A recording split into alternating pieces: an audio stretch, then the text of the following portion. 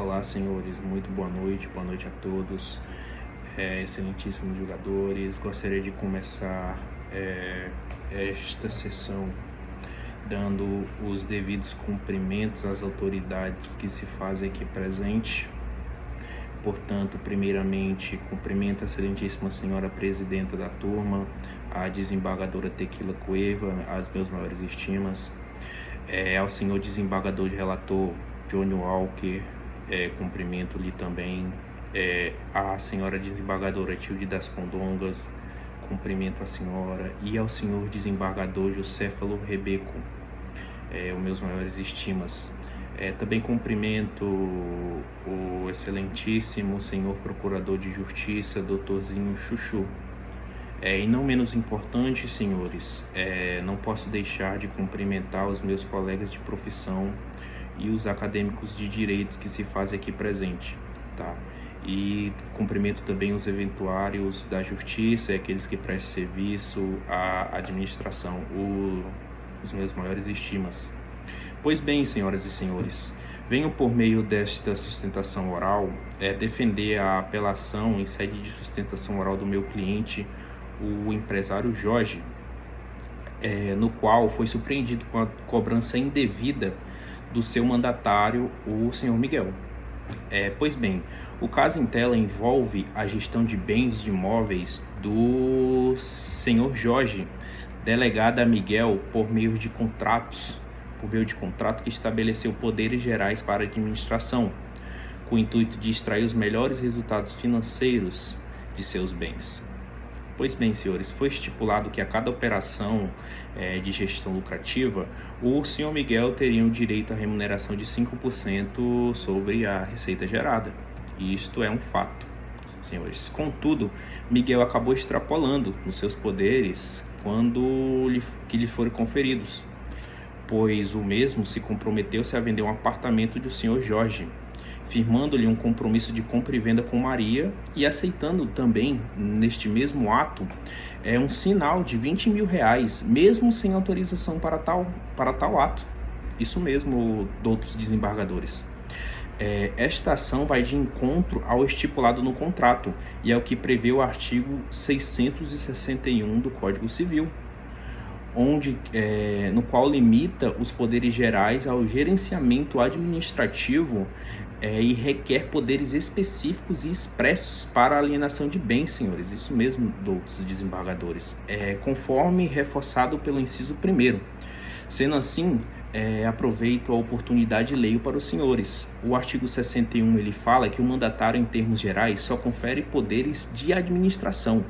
E em seu inciso 1º, ele demonstra que para alienar, hipotecar, transgredir ou praticar outros ou quaisquer atos que exorbitem a administração ordinária, depende a procuração de poderes especiais e expressos, no qual o senhor Miguel não tinha. Indo além, senhores, também no seu inciso 2º, o mesmo artigo fala que o poder de transgredir não importa o de firmar compromisso. Isso mesmo, senhores. E neste passo, doutos desembargadores, quando Jorge tomou conhecimento da venda realizada sem sua autorização, imediatamente rejeitou o ato. Isso mesmo, o senhor Jorge não concordou com a compra e rejeitou o ato, não havendo qualquer ratificação por parte dele, caindo de base o que sustenta Miguel. Pois, segundo o artigo 662 do Código Civil, os atos praticados por mandatários sem poderes suficientes são ineficazes em relação ao mandante, e a menos que haja retificação expressa ou tácita, o que não ocorreu neste caso. Sendo assim, senhores, aproveitando a oportunidade, leio para os senhores também. O artigo 662 do Código Civil, fala que os atos praticados por quem quer que não tenha mandato ou tenha sem poderes suficientes são ineficazes em relação àquele cujo nome foram praticados, salvo se os ratificarem. E neste caso específico, senhores, o senhor Jorge não os ratificou. O senhor Jorge, ele foi contra essa venda e pediu a anulação para o senhor Miguel.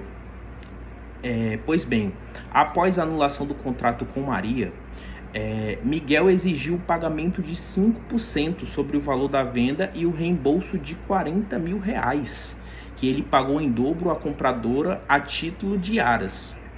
Senhores, no entanto, vale destacar, outros desembargadores, que os artigos 675 e 676 do Código Civil estabelecem que a remuneração ao mandatário é devida somente pelos atos praticados dentro do limite do seu mandato. Ou seja, caso Miguel exceda sua autoridade ao realizar a venda sem autorização, no caso que foi isso que aconteceu, ele não está amparado para exigir tal remuneração.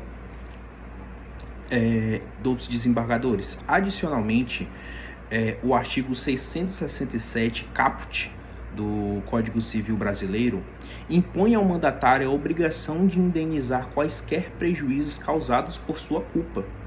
Sim, o nosso Código Civil ele prevê a culpa, e neste caso, Miguel foi o responsável pela tentativa de venda não autorizada, bem como pelo pagamento em dobro das aras à compradora, no caso em tela, a senhora Maria, o que resultou em prejuízos para o meu cliente, o senhor Jorge.